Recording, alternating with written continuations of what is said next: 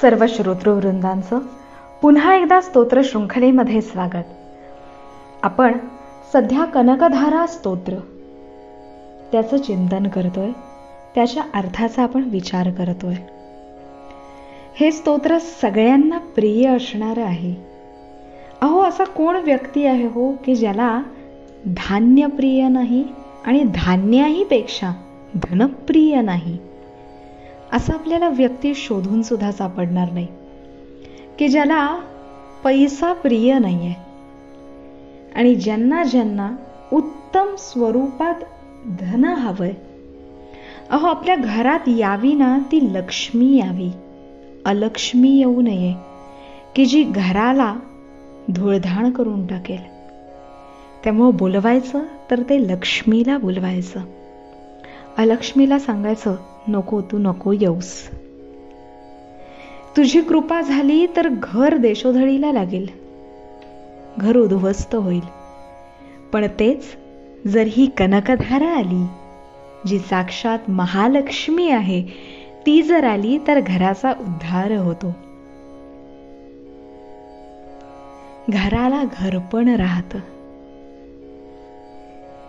अशा या लक्ष्मीची स्तुती करताना आचार्य पुढे काय म्हणताय ते पाहूया.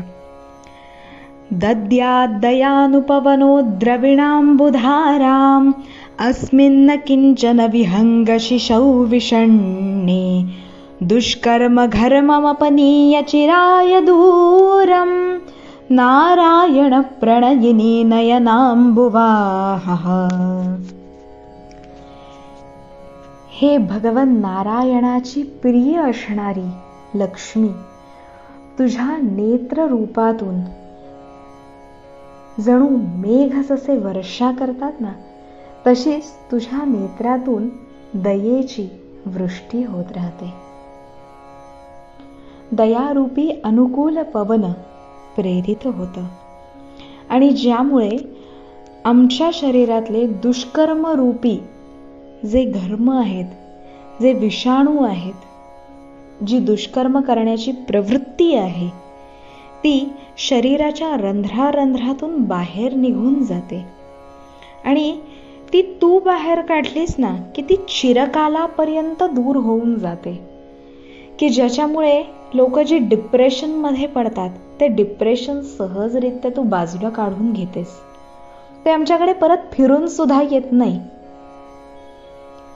अशा तुझ्याकडे मी दीन रूपानं चातकासारखा वाट बघतोय. चातक पक्षी जो आहे ना, त्याचं वैशिष्ट्य आहे, तो फक्त पावसाचं पाणी पितो.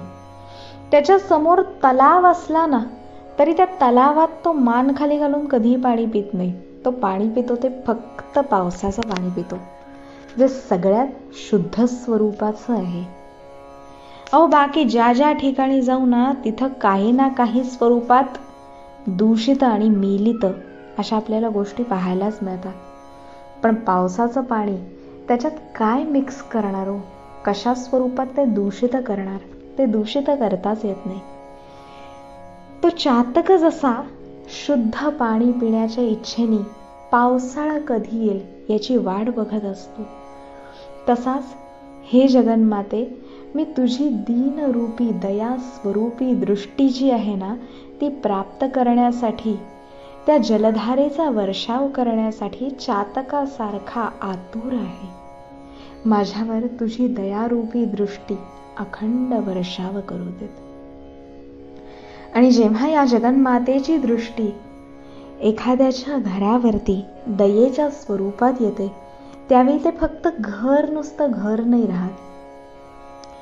आपण म्हणतो 4 भिंती बांधल्या त्याला घर म्हणलं का हो?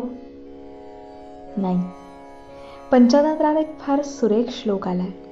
गृहंतु गृहमित्याहुर गृहिणी गृहमुच्यते, गृहंतु गृहिणीहीनं कांतारान्नातिरिच्यते. 4 भिंती बांधल्या आणि त्याला घर म्हणलं तर नाही, त्याला आम्ही कधीच घर म्हणत नाही. घर हे त्या घरातल्या स्त्रीला म्हणलं जातं, कारण ती ते सगळं घर बांधून ठेवते.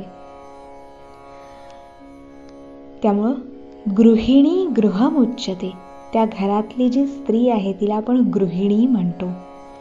गृहिणी गृहमुच्यते, तिलाच आपण घर म्हणतो अख्खं.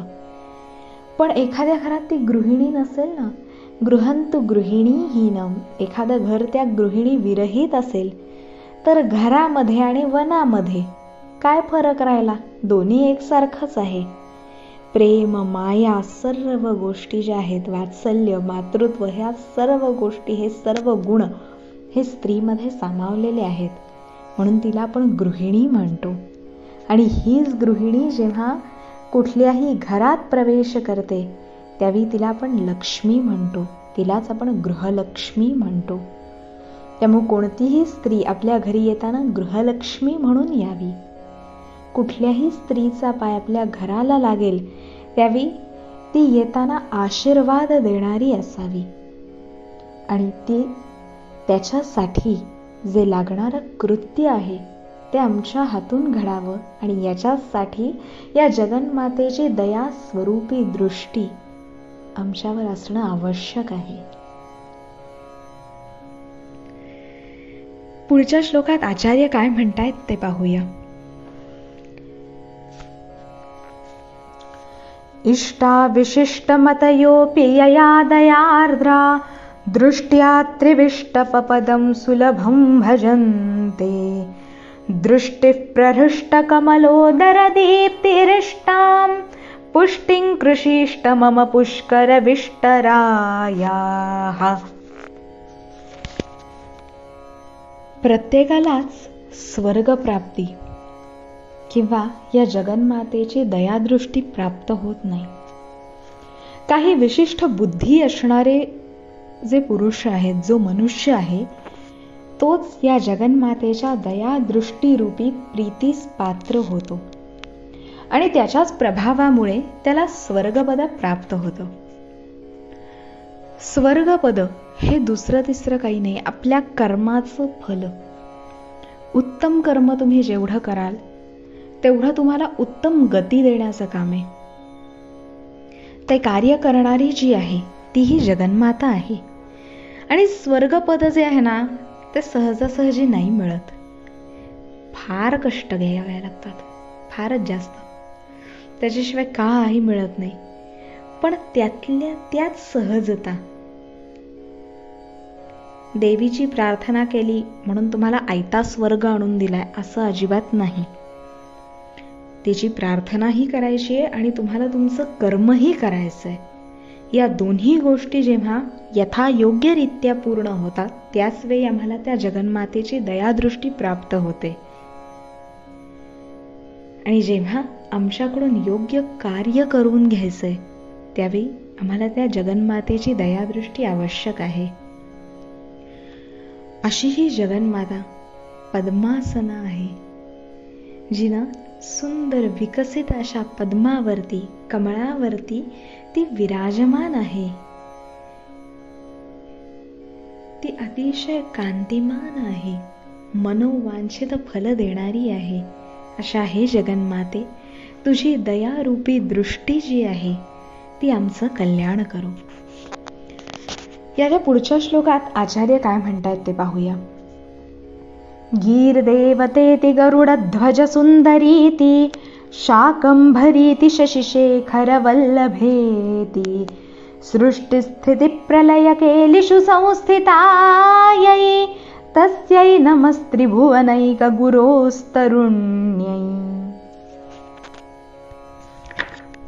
ही जी जगन्माता आहे ही सृष्टी अर्थात उत्पत्तीच्या काळी याच शक्तीचं नाव आम्ही ब्रह्मशक्ती म्हणतो, जिथे सर्वत्र ज्ञान आहे.